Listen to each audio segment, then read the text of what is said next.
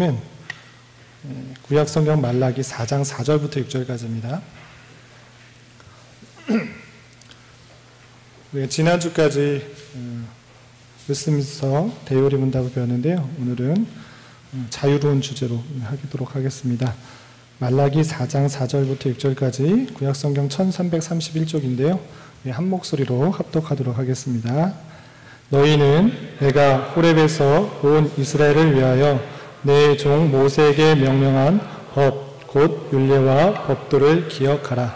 보라, 여호와의 크고 두려운 날이 이르기 전에 내가 선지자 엘리야를 너희에게 보내리니 그가 아버지의 마음을 자녀에게로 돌이키게 하고 자녀들의 마음을 그들의 아버지에게로 돌이키게 하리라. 돌이키지 아니하면 두렵건대 내가 와서 저주로 그 땅을 칠까 하노라 하시니라. 아멘. 기도하겠습니다. 하나님 아버지, 오늘 또 귀한 시간 허락하여 주셔서 이 자리에 나오게 하여 주시고 주님을 찬양하며 또한 주님의 말씀을 생각할 수 있도록 인도하여 주심을 감사드립니다. 말씀을 배우는 여러 가지 것들을 통하여서 나의 신앙의 성숙과 성장의 기회가 되게 하여 주시고 최고의 선이시며 가장 귀한 상급이요 기업 되시는 주님을 더 잘 알게 되는 것으로 말미암아 항상 큰 기쁨과 감사가 넘치는 시간 되게 하여 주시옵소서. 또한 말씀 전하는 부족하고 연약한 자를 주님의 선한 도구로 사용하여 주셔서 이 자리에 모인 우리 모두에게 큰 은혜의 시간이 되게 하여 주시옵소서. 예수님의 이름으로 기도드리옵나이다. 아멘. 예, 잘 오셨습니다. 지난주까지 웨스트민스터 대요리 문답을 배웠는데요. 이제 한 달 정도 자유 주제로 수요 성경 공부를 하게 됩니다. 그리고 광고에서 들은 것처럼 9월 6일부터는 토마스 카트라이트의 기독교 교리 강론을 배우게 될 텐데, 이제 자유로운 주제로 이렇게 말씀을 전하게 됐는데 어떤 주제로 할까 고민을 했습니다. 어떤 주제로 할까 하다가 교육자들이 매주 금요일마다 공부를 합니다. 모여서 공부해서 성경 공부하는데 교육자 스터디 때 나왔던 배웠던 이런 내용들을 함께 공유하면 좋겠다 생각이 들어서 이 시간에는 중간기 시대의 역사에 대해서 살펴보도록 하겠습니다. 우리가 읽었던 말씀은 아까 잠시 읽었던 것처럼 이렇게 되어 있습니다. 보라, 여호와의 크고 두려운 날이 이르기 전에 내가 선지자 엘리야를 너에게 보내리니 그가 아버지의 마음을 자녀에게로 돌이키게 하고 자녀들의 마음을 그들의 아버지에게로 돌이키게 하리라.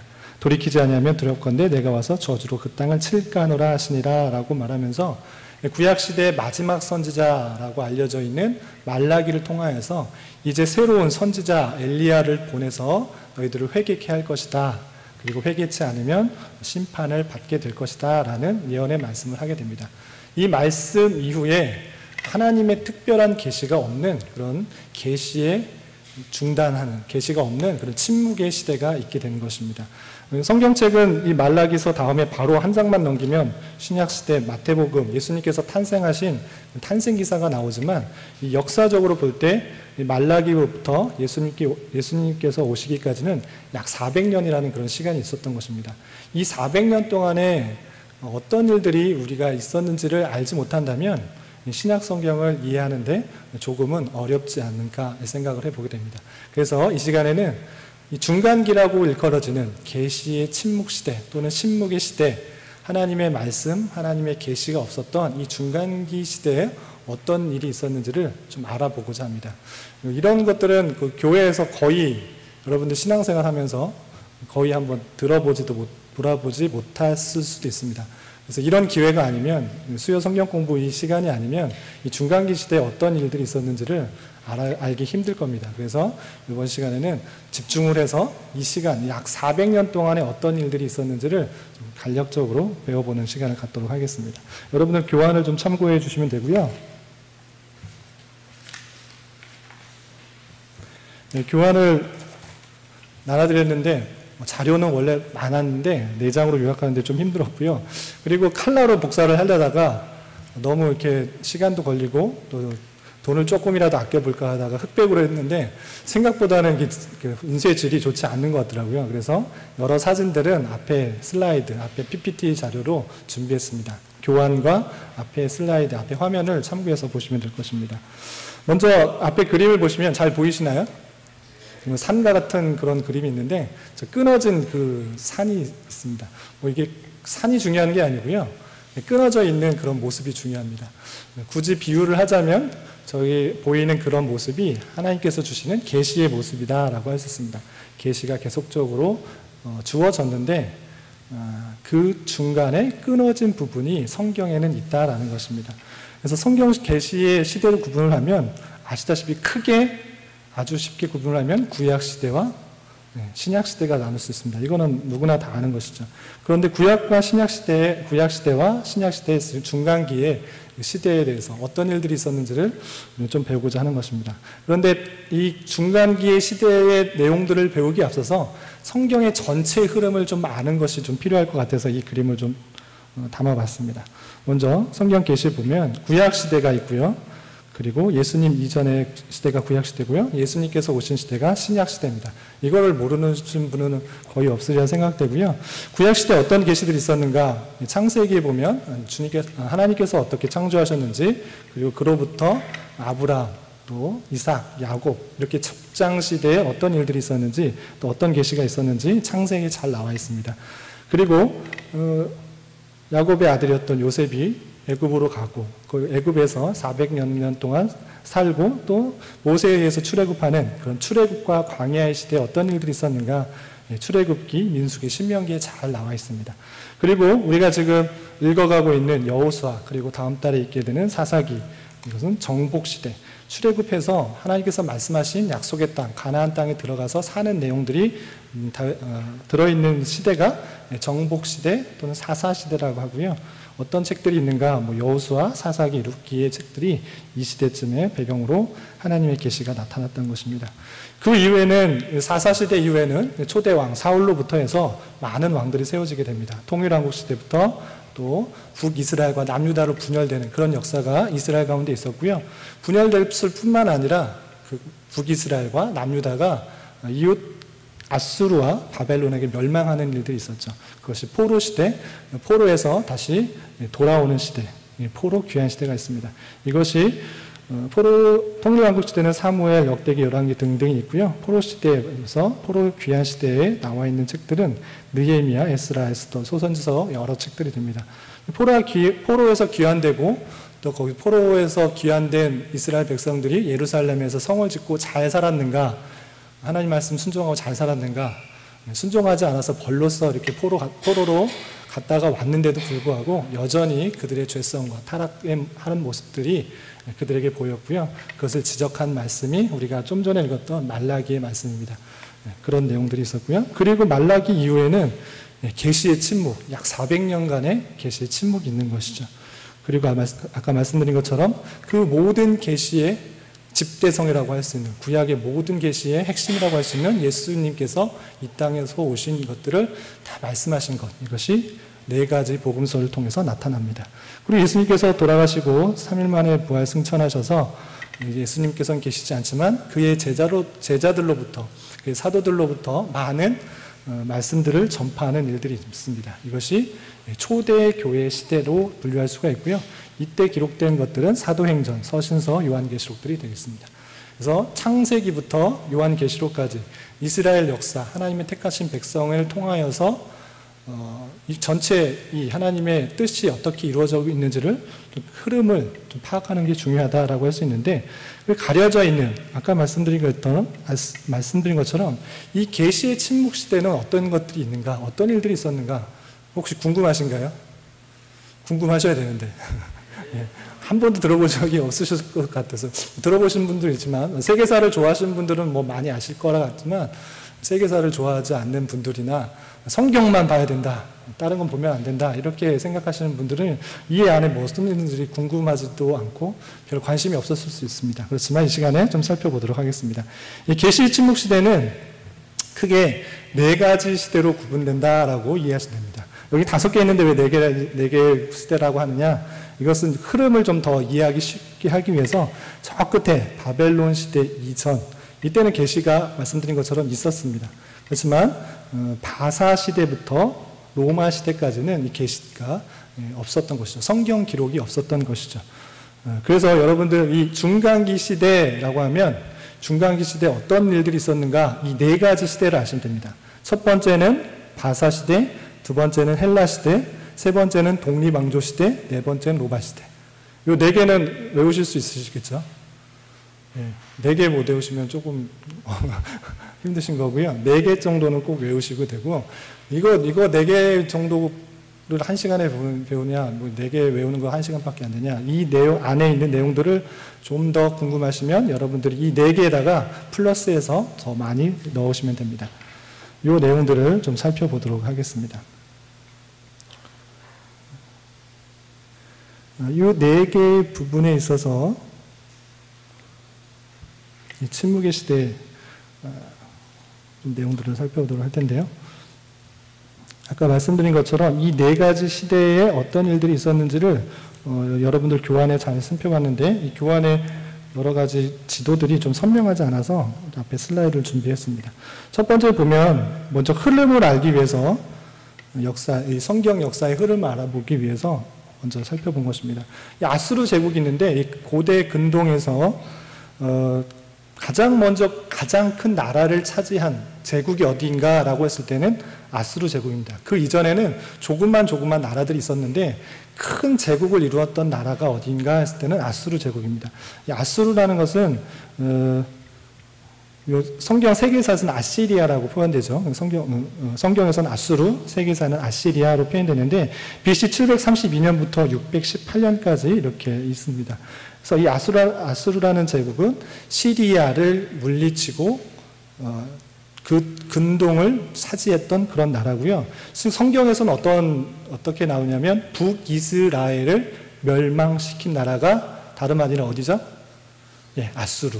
몇 년에 멸망당하죠? 북이스라엘이 722년에 멸망이 당하죠. 그런 내용이 있습니다. 잘 아는 내용 중에는 이렇게 큰 나라가 계속적으로 이제 조그만 나라였던 예루살렘, 북이스라엘을 먼저 칠 때 아주 유명한 왕 산헤립이라는 왕이 쳐들어옵니다. 아주 큰 대군을 이끌고 북이스라엘 쳐들어와서 이 북이스라엘 다 멸망시키게 됩니다.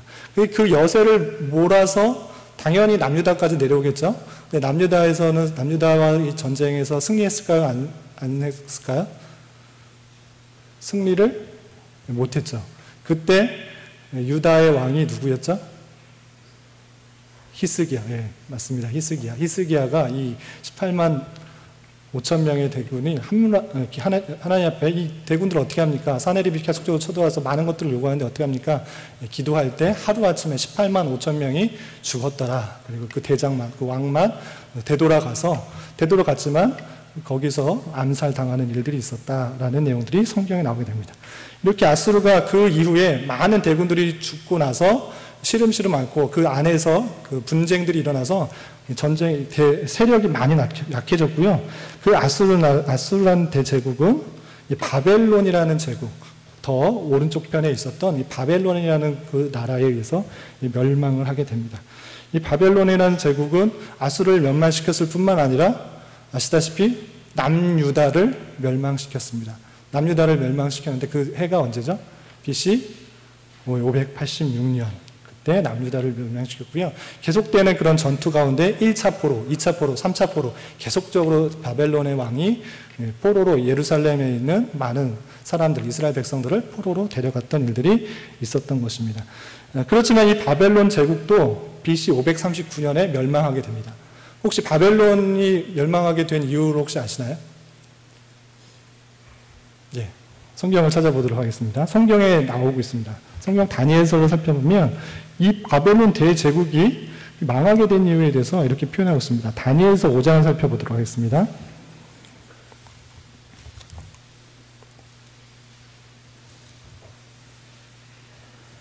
구약성경 다니엘 5장입니다. 이 다니엘이 아시다시피 포로로 이렇게 끌려가서 어렸을 때 포로로 끌려가서 또 하나님의 은혜 가운데 4명의 친구들과 함께 총리가 되는 일들이 있었습니다. 계속적으로 왕이 바뀌면서도 그 다니엘은 총리 자리를 유지하고 있었고요. 그리고 바벨론 왕 중에 벨사살이라는 왕이 있을 때의 일이 다니엘서 5장에 나옵니다. 다니엘서 5장에 보면 어떤 일이 있었냐면 벨사살이라는 왕이 있었는데 그가 하루는 그 많은 사람들과 잔치를 베풀었습니다. 그때 흥에 겨워서 예루살렘 성전 안에 있던 금 그릇 여러 기물들을 가져와서 거기다가 술을 따르고 흥청망청 이렇게 술잔을 벌였던 것입니다. 그때 아시다시피 손이 나타나서 어떤 글씨를 쓰죠? 뭐라고 쓰죠? 메네메네 데겔 우바르신이라고 쓰죠. 그것을 해석하면 어떤 뜻인가? 라고 나온 것이 5장 25절부터 쭉 나와 있습니다. 26절 보면 5장 25절 보면 기록된 글자는 이것이니 곧 메네메네 데겔 우바르신이다. 26절 그 글을 해석하건대 메네는 하나님이 이미 왕의 나라의 시대를 세워서 그것을 끝나게 하셨다며 그것을 끝나게 했다 이렇게 말을 하고 그날 바로 어떤 일이 있었는가 30절 그날 밤에 갈대아 왕 벨사살이 죽임을 당하였다. 바벨론의 왕이었던 벨사살이 그런 교만함으로 인하여서 하나님의 성물, 기물들을 우습게 여기는 일들로 인하여서 그날 바로 죽임을 당하였고요. 그걸로 인하여서 이 바벨론의 대제국은 멸망하게 됩니다. 어떤 나라에 멸망했느냐? 31절 메대 사람 다리오가 나라를 얻었는데 그때 다리오는 60세였다. 메대와 바사라는 그 위쪽 편, 더 동쪽 편에 있던 메대와 바사라는 나라의 연합군에 의해서 이 바벨론에 멸망당하게 되는 것입니다. 이 바벨론 제국의 큰 제국은 교만과 그 흥청망청한 것에 의해서 또 멸망하게 되고요. 이 바벨론 제국은 바로 다음 왕이었던 바사 시대로 돌아가게 됩니다. 바사 성경에는 바사로 표현됐는데 세계사에서는 페르시아로 표현된다는 것, 같은 그런 의미라는 것을 알 것입니다. 그래서 이 메대 바사가 이 벨사살 왕을 죽이게 되고요. 이 메대 바사는 연합군이었는데 이 메대 바사가 하나의 나라로 됩니다. 그것이 바사입니다. 바사 제국. 연합군에서 이제 연합군을 계속 유지했던 것이 아니고요. 이 바사가 메대를 쳐가지고 큰 나라를 이루게 됩니다. 그것이 바사 제국인데 이 페르시아의 제국이 됩니다. 페르시아의 왕자 이런 영화도 많이 나타났는데 이 페르시아가 아주 넓게 자리를 차지하는 것을 볼 수 있습니다. 이 바벨론은 이집트와의 나라, 이집트의 그 거대한 애굽과의 경계에 있어서 아까 잠깐 보셨는지 모르겠지만 차지하지 못했습니다. 바벨론은 애굽을 차지하지 못했습니다. 그렇지만 이 페르시아, 바사는 이집트까지 차지하는 거대한 제국을 이루었던 것이죠.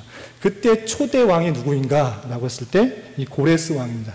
이 고레스 왕은 다른 왕들, 바벨론과의 정책과는 달리 어떤 정책을 쳤는가? 바벨론의 왕들은 예루살렘에 있는 유능한 귀인들을, 많은 사람들을 붙잡아서 자기네 나라로 끌어갔습니다. 그렇지만 바사의 초대왕, 특별히 초대왕은 고레스는 그 사람들을 돌려보내서 그 사람들로부터 그곳에서 스스로 생활을 할 수 있도록 하는 그런 통치를 벌였던 것이죠. 그리고 대제사장들, 특별히 유대인들에게서는 대제사장을 다시 보내서 거기서 제사도 드리게 하고 나라도 다스리게 하는 그런 일들을 벌였습니다. 그것이 특징이 있는데, 그렇다면 고레스가 자신의 생각으로 그렇게 판단해서 그런 일들을 벌였는가, 다시 돌아가게 했는가? 그것이 아니라 그것조차도 하나님께서 역사하셨다라는 그런 표현들도 살펴볼 수 있습니다. 역대하 36장 22절을 찾아보겠습니다. 조금 번거롭지만 성경을 많이 찾아볼 것입니다. 그냥 역사만 그냥 쭉 읽으면 성경 따로 또 역사 따로 이렇게 분리되는 것 같아요. 그래서 성경을 좀 찾아보면 이렇게 좀 접목되고 역사가 이렇게 이어지는 그런 것들이 있기 때문에 좀 찾아보도록 하겠습니다. 역대하 36장 22절과 23절입니다.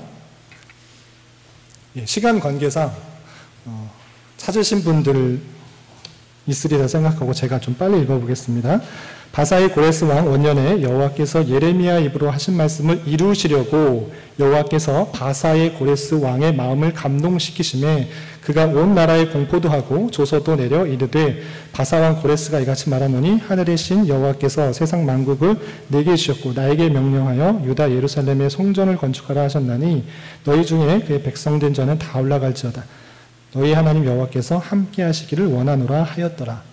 고레스가, 바사의 초대 왕이었던 고레스가 이스라엘 백성을 돌려보내는 일조차 하나님의 말씀을 이루시려고 한 것이고, 고레스의 마음을 그 하나님께서 주장하셨다라고 표현하는 것을 볼 수 있습니다.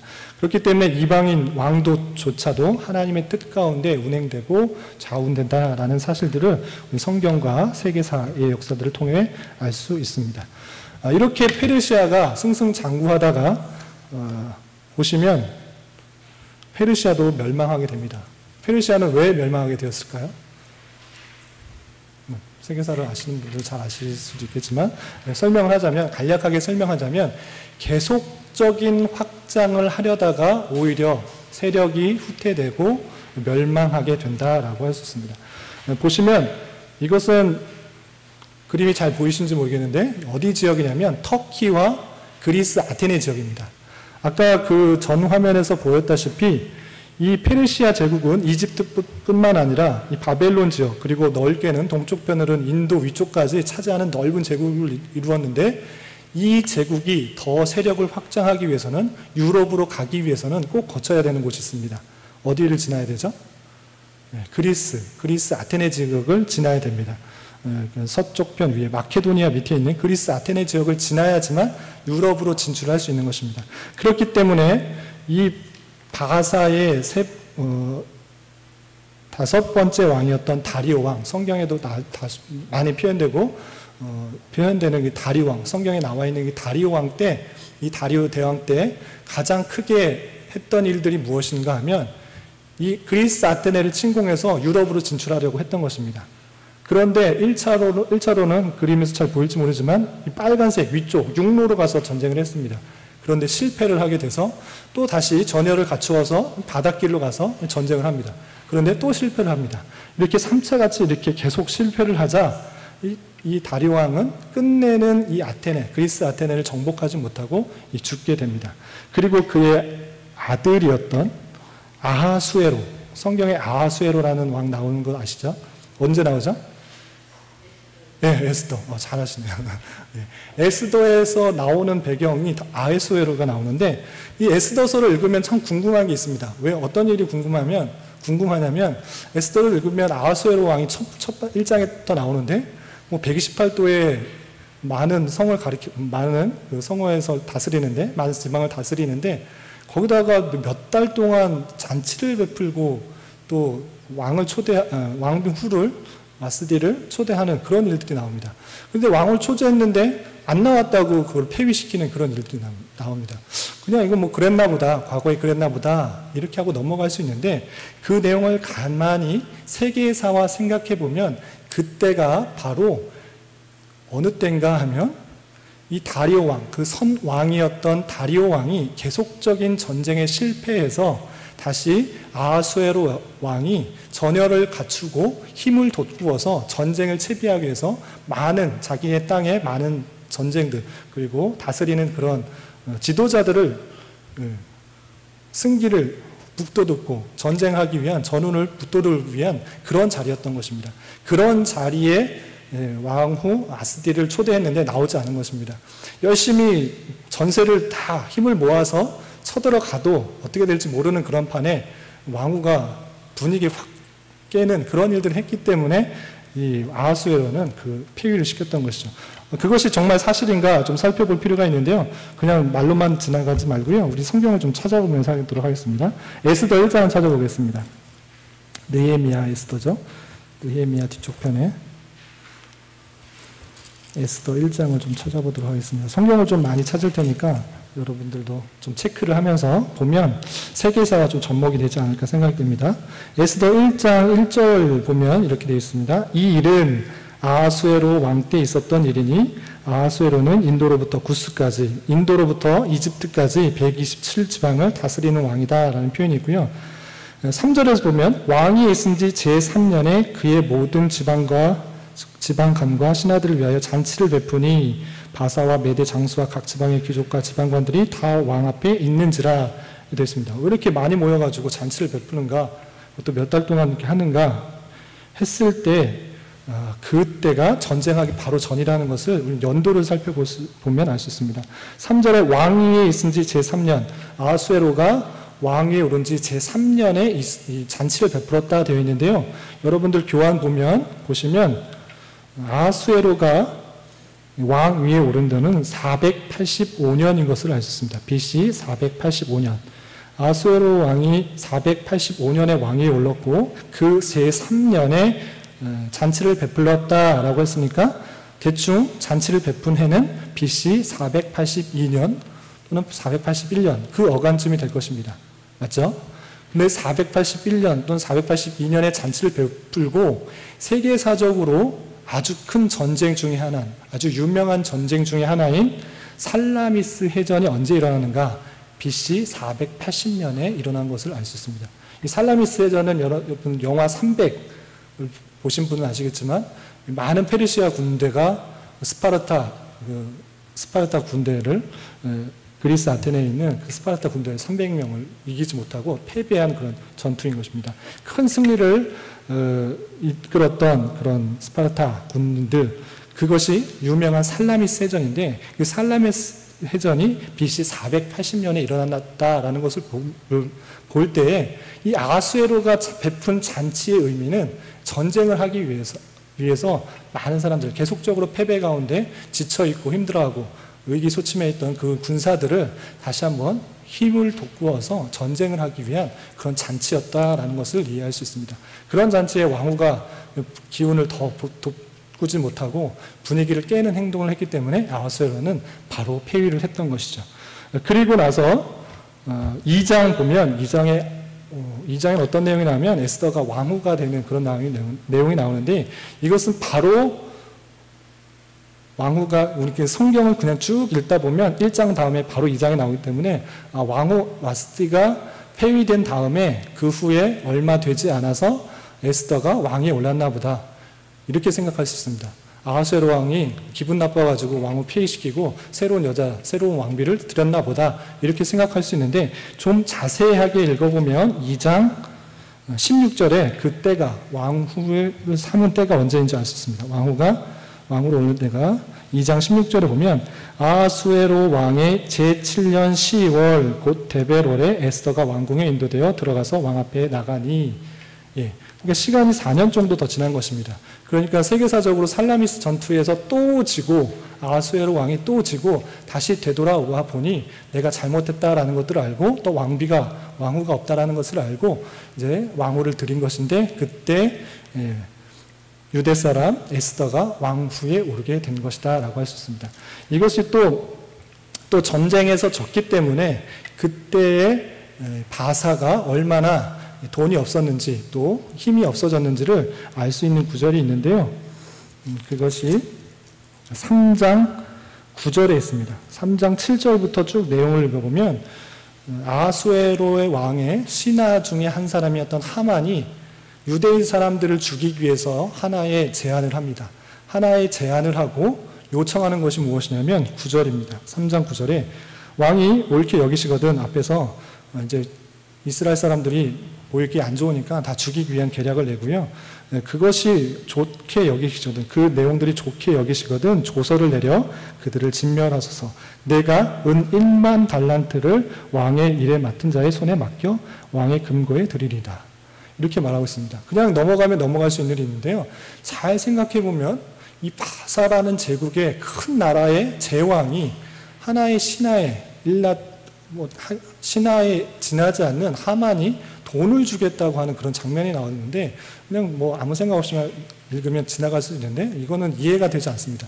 큰 나라의 제왕이 갖고 있는 돈은 어마어마할 텐데 신하 중에 한 명인 하만이 돈 줄 테니까 이대로 해달라고 하는 요청인 것입니다. 이것이 왜 그러냐면 우리 아까 보았다시피 살라미스 해전에서 많은 대군을 이끌고 쳐들어갔으나 실패하여서 돈도 없고 힘도 없고 아무것도 없는 그런 상태, 많은 것을 잃은 상태입니다. 그러할 때 하만이라는 사람이 자신의 돈은 1만 달란트를 줄 테니까 이대로 계획대로 이 조서를 이루어달라 이렇게 요청하는 것입니다. 이런 것을 볼 때 이 세계사와 성경에 있는 내용들을 잘 읽어서 생각할 수 있는 것입니다. 이런 정도로 하고요. 그 뒤에 나왔던 아하수에로 왕에 이어서 아닥사스다라고 되어 있는데요. 이 아닥사스다는 아하수에로 왕의 아들이죠. 아들. 그렇기 때문에 왕후 에스더의 영향을 많이 받았던 아들로 생각할 수 있고요. 그런 왕으로 생각할 수가 있고요. 그때에 2차 포로와 3차 포로가 있었다라는 것도 생각해서 연관해서 생각해 볼 수 있습니다. 어쨌든 계속적인 그 그리스 아테네의 전쟁에서 이 바사는 계속적인 실패를 하고 결국에는 그리스 아테네의 알렉산더 대왕에 의해서 BC 323년에 멸망을 하게 되는 것입니다. 그래서 이 바사 제국은 끝내 이 그리스 아테네를 정복하지 못하고 다시 이 바사 시대의 종말을 맞게 됩니다. 그리고 마지막 왕이었던 다리우 3세가 그리스 헬라의 알렉산더 대왕에게 패함으로 페르시아 제국은 멸망하게 되고 이 그리스 아테네의 알렉산더 대왕은 약 13년이라는 짧은 시간 동안에 이 대제국, 바사의 대제국을 완전히 헬라 제국으로 만듭니다. 아시다시피 이 알렉산더 대왕은 전쟁에서 진 기억이 없다로 되어 있습니다. 전쟁에서 한 번도 패하지 않은 그런 용맹한 그런 왕으로 알려져 있고요. 13년 동안 그 제국, 바사 제국을 다 차지해서 거의 그 바사 제국이 완전히 헬라 제국으로 바뀌었습니다. 이 알렉산더 대왕은 어떤 일들을 펼쳤냐면 각각 곳곳에 간 데마다 그리스 헬라 문화를 성을 만들어 놓고 그 문화들을 심는 일들을 했습니다. 14년 동안 그 바사 제국 곳곳을 다니면서 약 70개의 알렉산드리아라는 그런 도시를 만들어 놓고 그리스 문화를 심었던 것이죠. 그렇기 때문에 그리스 문화가 각각 지방, 바사의 넓은 그 지역에 곳곳에 스며들면서 그리스 헬라 문화와 그 지방의 문화가 섞인 문화가 나타납니다. 그래서 나타나는 문명이 또 문화가 헬레니즘 문화, 세계사 시간에 배웠으리라 생각하는데 헬레니즘 문화가 생긴 거에 되는 것입니다. 이렇게 14년 동안 계속 정복전쟁을 통해서 이 알렉산더가 땅을, 그리스가 이 중동 지역, 근동 지역을 다 다스리었었는데 아쉽게도 이 알렉산더 대왕은 젊은 나이에 죽게 됩니다. 암살당했다는 얘기도 있고요. 병에 걸려 열병에 걸려서 죽었다라는 여러 가지 이야기했는데 확실하진 않지만 갑작스럽게 죽게 됨으로 말미암아 이 넓은 제국 알렉산더, 이 헬라의 제국은 어떻게 되냐면 알렉산더의 그 부하 4명에 의해서 분열이 되는 것을 볼 수 있습니다. 이것이 여러분들 3페이지에 나옵니다. 그래서 헬라 제국은 알렉산더의 4명의 장수들이었던 톨레미 1세와 셀리쿠스 1세, 그리고 리시마쿠스, 안티고노스, 이렇게 4땅으로 크게 분열되게 되는 것입니다. 이렇게 4땅으로 분열되는데 중요한 것은 그림에 보시는 것처럼 가장 넓게 차지한 그 노란색, 바벨론과 인도 위쪽 그 시리아 지역까지 다 차지한 것이 셀루쿠스 왕조, 셀루쿠스 그런 장수고요. 그리고 이집트 쪽에서 있었던 장수는 누구인가? 프톨레마이오스 또는 톨레미 1세라고 부르는 프톨레마이오스입니다. 그리고 유럽 쪽에서는 안티고노스와 리시아코스 또는 리시마코스라고 불리는 사람이 조그만 지역을 차지하게 됩니다. 이 4지역에 있어서 4 장수들이 평안하게 자기 땅을 이렇게 지키고 평안하게 나 이 정도면 됐어, 평안하게 잘 살자, 이렇게 했던 것이 아니고 알렉산더의 부하이기 때문에 당연하게 서로 간의 지역을 차지하기 위해서 자기가 대왕이 되기 위해서 전쟁을 벌였던 것이죠. 그런데 이게 중요한 것은 그 핵심이 만나는 지역이 어디냐면 보시다시피 팔레스틴 지역입니다. 예루살렘 있는 그 유대 지역, 그 지역에서 계속적으로 전쟁이 끊이지 않고 서로 일어나는 것을 볼 수 있습니다. 가장 먼저 우리가 관심이 있는 유대 땅, 이스라엘에 있는 그 땅을 먼저 다스린 땅은 나라는 어디냐면 이집트를 다스리고 있었던 프톨레마이오스입니다. 이 프톨레마이오스는 약 100년 동안 그나마 전쟁은 있었지만 평화로운 전체, 그리고 고대로부터 강력한 애굽 그 중앙 집권적인 그 통제하에서 나라를 잘 다스렸습니다. 그래서 이스라엘 백성들이 그나마 평안하게 자기의 정통과 전통과 종교를 유지시킬 수 있었고요. 중요한 것은 무엇이냐면 이때 여러분들 알다시피 70인역이 변경됐습니다. 70인역이라는 것은 무엇이냐면 구약 성경은 아시다시피 히브리어로 기록이 되어 있습니다. 그렇지만 이 헬라 시대가 됨으로써 모든 사람들이 히브리어를 쓴 것이 아니고 헬라어를 쓰게 됐습니다. 모든 사람들이 헬라어를 썼기 때문에 당연하게 히브리 사람들은 히브리 사람들은 히브리 성경을 읽지만 그의 아들들은 히브리 성경을 읽지 못합니다. 그러니까 여러분들이 미국에 유학을 가면 2세들은 한글을 잘 모르잖아요. 그냥 쓰는 게 영어니까 영어가 더 편하고 영어를 읽잖아요. 마찬가지로 모든 사람들이 모든 지역이 헬라어를 썼기 때문에 히브리 사람들의 2세들은 히브리 말을 쓴 것이 아니고 헬라 말을 썼기 때문에 이 사람들이 이제 헬라어로 기록된 성경이 필요했던 것입니다. 그래서 프톨레마이오스 그 정부의 지원을 받아서 또 그의 힘을 얻어서 70인역 히브리어를 헬라어로 번역한 그런 성경을 만들게 됩니다. 이것이 아주 유명한 70인역이라고 하는 것입니다. 이렇게 되고요. 그리고 이것이 이제 100년 정도 이렇게 좀 안정적이고 그 톨레미 왕조, 프톨레마이오스의 그 안정에서 좀 지냈는데 계속 가만히 있었던 것이 아니고 셀루코스 왕조, 노란 지역에 있는 셀루코스 왕조가 계속적으로 세력을 확장한 것입니다. 계속적으로 전투가 있었는데 결정적인 때에 이 프톨레마이오스를 물리치고 셀루코스가 이 유대 지역, 팔레스타인 지역을 차지하게 됩니다. 그때 왕이 누구냐면 안티오코스 3세입니다. 셀루코스 왕조일 때는 두 명의 왕만 기억하시면 되는데요. 첫 번째는 안티오코스 3세. 전쟁을 통해서 이 팔레스틴 지역을 차지한 왕, 그것이 안티오코스 3세다. 많은 왕들이 있는데요. 다 외울 필요도 없고 알 필요도 거의 없습니다. 그렇지만 전쟁을 통해서 그 지역, 팔레스틴 지역을 차지한 그때 왕이 안티오코스 3세다라고 하면 되고요. 처음에는 이제 안정적인 자기가 팔레스타인에서 차지했으니까 그때 살고 있었던 유대인들에게 평안하고 안전하고 보호하고 세금도 많이 거두지 않았습니다. 그런데 결정적으로 이 셀루코스의 안티오코스 3세는 여기서 전쟁을 그친 것이 아니고요. 여기서 그치는 것이 아니다. 로마까지 가야겠다. 유럽까지 전쟁해야겠다. 이렇게 생각하고 계속적으로 전쟁, 유럽 쪽으로 진출을 하게 됩니다. 그런데 이 로마와 이 셀루코스와 전쟁을 해서 이긴 것이 아니고 이 로마에게 지게 됩니다. 그래서 이 셀루코스의 안티오코스 3세는 막대한 배상금을 로마에게 지불하게 됐죠. 그때 여기 나와 있나요? 많은 막대한 배상금, 몇만 달란트라고 제가 기억하고 있는데 그 많은 배상금을 내기 위해서 어쩔 수 없이 유대인들에게 많은 세금을 착취하게 됩니다. 그래서 처음에는 좀 우호 정책을 번졌지만 이 갈수록 그 막대한 배상금을 내기 위해서 세금들을 많이 부과했던 것이죠.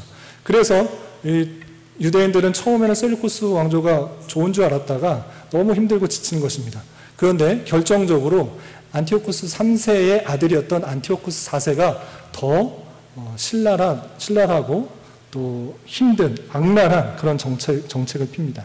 안티오코스 4세는 자신이 어떻게 말하냐면 나는 신의 현현이다.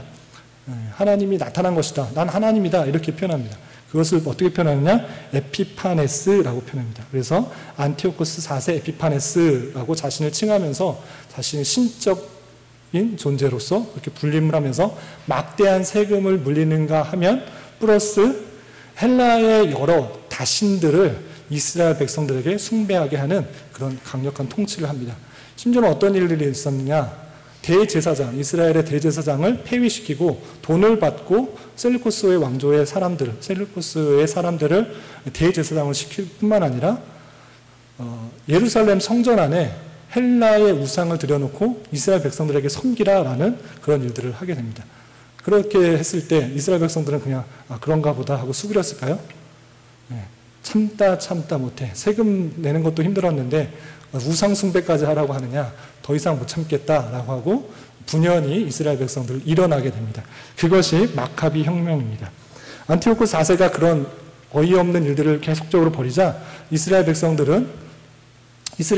중에 마따디아라는 제사장이 있었는데요. 그 마따디아의 아들이 5명 있는데 세 번째 아들이 마캅입니다. 이건 외우실 필요는 없고요. 마캅이라는 사람이 있었다는 것만 알아두시고 이 마캅이라는 사람이 이스라엘 백성들을 모아서 이 이스라엘 백성들이 그냥 계속적으로 포로만 있었던 것이 아니고요. 계속 전쟁이 곳곳에 있었기 때문에 이스라엘 백성들은 곳곳으로 용병으로 이렇게 지냈던 사람들입니다. 그런 사람들을 모아서 셀류코스하고 전쟁을 하는 것이죠. 그런데 셀류코스는 대제국이기 때문에 전면전으로 싸워서는 승산이 없습니다. 그렇기 때문에 이 마카비는 그 용병들을 모아서, 이스라엘 군사들을 모아서 계속 게릴라전으로 약 23년 동안 셀류코스를 괴롭힙니다. 어느 정도 지역을 잘 알고 있기 때문에 그 지역에서 공격하고 빠지고 공격하고 승부, 공격하고 승부하면 셀류코스가 당연할 수가 없습니다. 그래서 23년 만에 자치적인 활동을 할 수 있는 그런 힘을 얻어냅니다. 이스라엘 백성들이 자치적인 활동을 할 수 있도록 한 그런 때가 언제인가, 안티오쿠스 4세가 활동하다가 그가 죽고 세력이 많이 약해진 셀류코스를 마카비라는 사람이 계속적인 게릴라 전쟁을 통하여서 이스라엘 백성의 자치권을 획득하였다. 이것이 마카비 혁명이고요. 이것이 166년부터 143년 동안 23년간 계속적인 게릴라 투쟁을 했던 것이죠.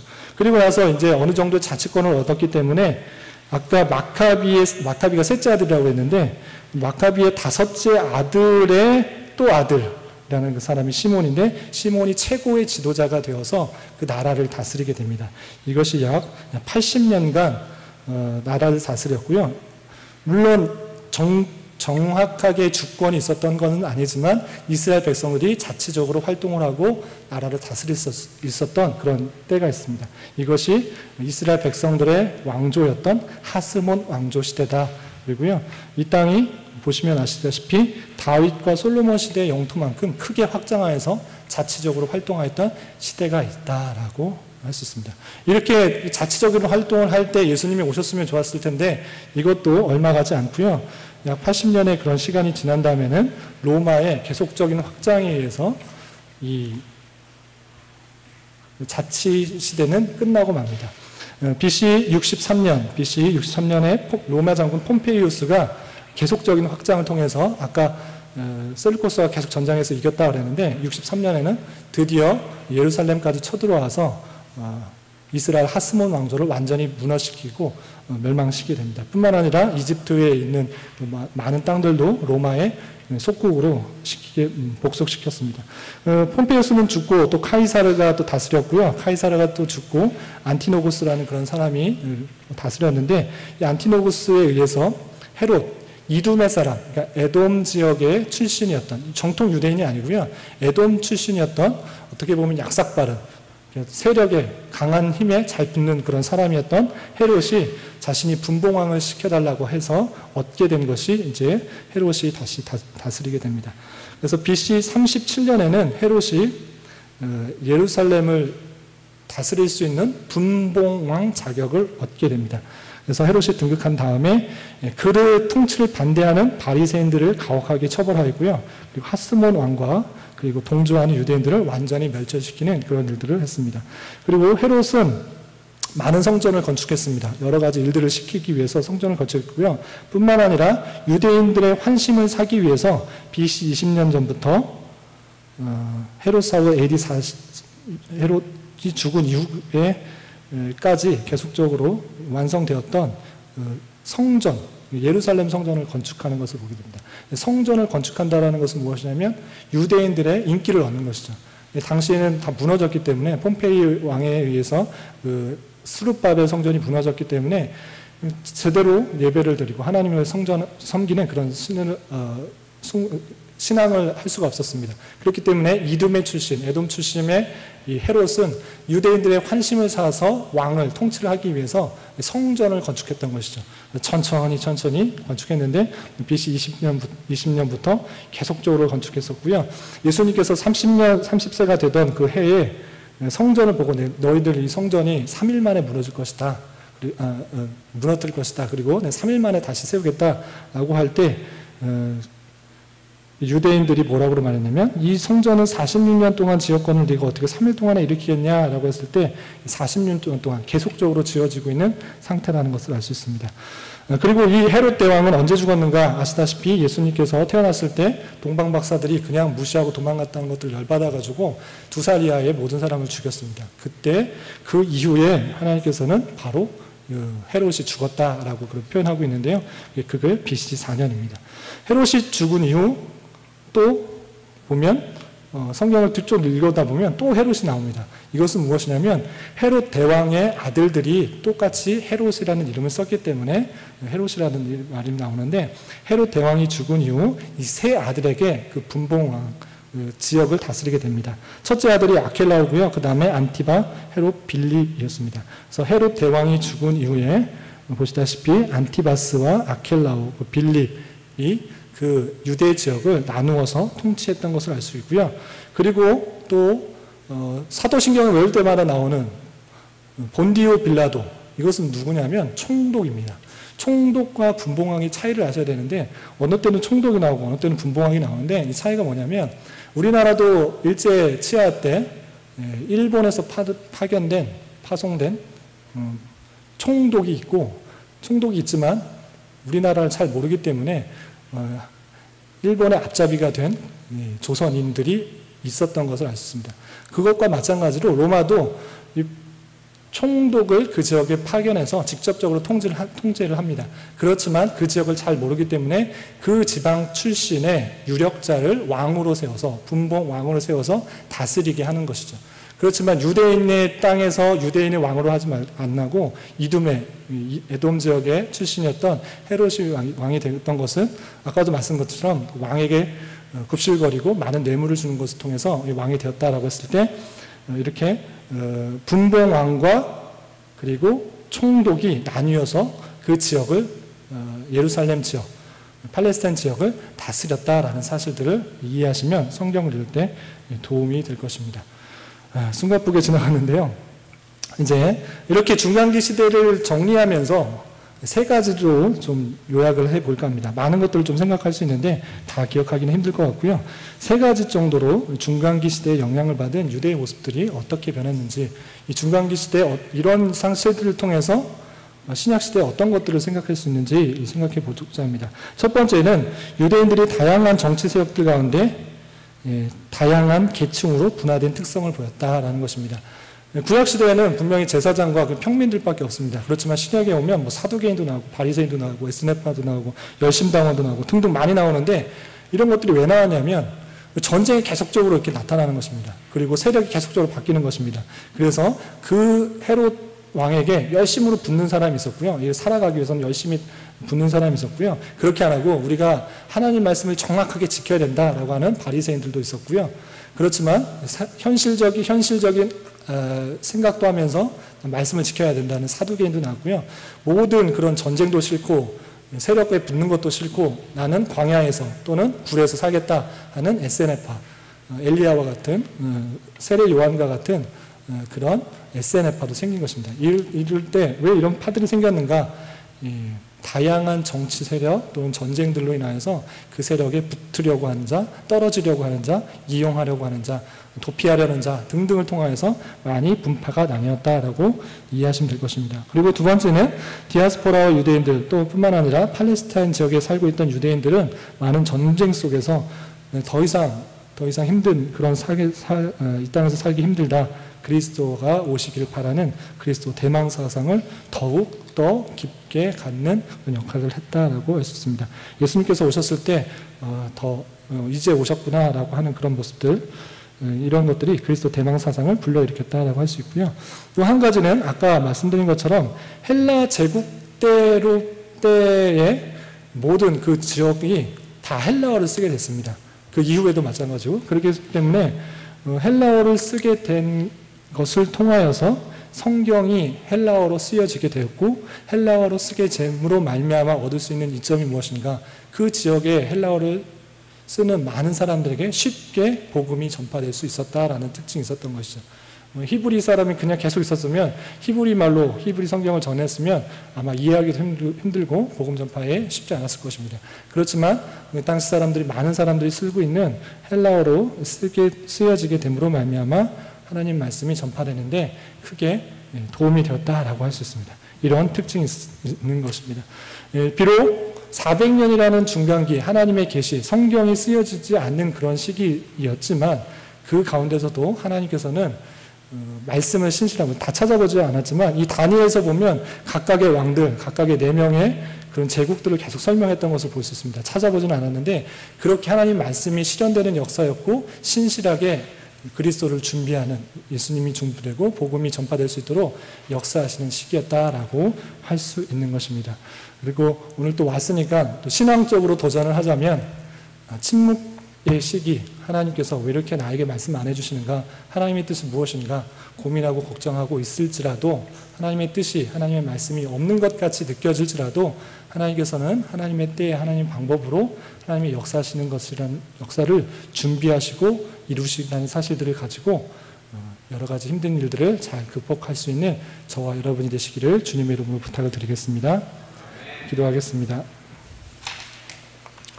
하나님 아버지, 짧은 시간 주님의 계시가 중단되었던 중간기 시대의 역사를 살펴보았습니다. 비록 하나님의 특별한 계시는 없었지만 하나님의 말씀이 신실하게 이루어졌으며 구원사를 향한 하나님의 계획은 계속되고 있었음을 보게 됩니다. 성경 역사 배경 공부를 통하여 먼저는 성경 내용들을 잘 깨닫는 밑거름이 되게 하여 주시고 또한 때때로 하나님이 느껴지지 않고 하나님의 뜻이 더디게만 이루어지는 것 같을지라도 하나님의 때와 방법이 있다는 사실을 믿는 자로 어디에 있든지 무엇을 하든지 의연하고 늠름하게 살아가는 자 되게 하여 주시옵소서. 예수님의 이름으로 기도드리옵나이다. 아멘.